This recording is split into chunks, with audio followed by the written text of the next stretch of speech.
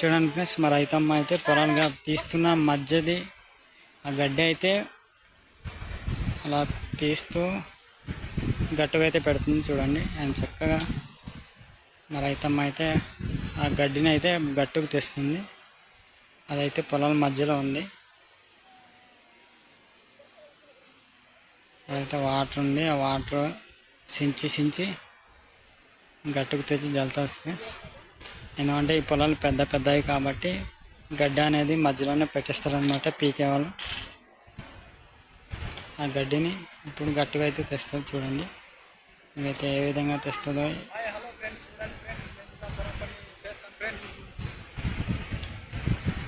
మా చెల్లి గారేమో గుర్తు ఎత్తుకొని ఆ గడ్డిని ఏరుతూ రేడిలో గెలుస్తుంది ఫ్రెండ్స్. చూడండి ఫ్రెండ్స్ ఎంత చక్కగా పని చేస్తుంది. మీకు వీళ్ళకి పనులు చేస్తామని అట్లయితే లైక్ చేయండి.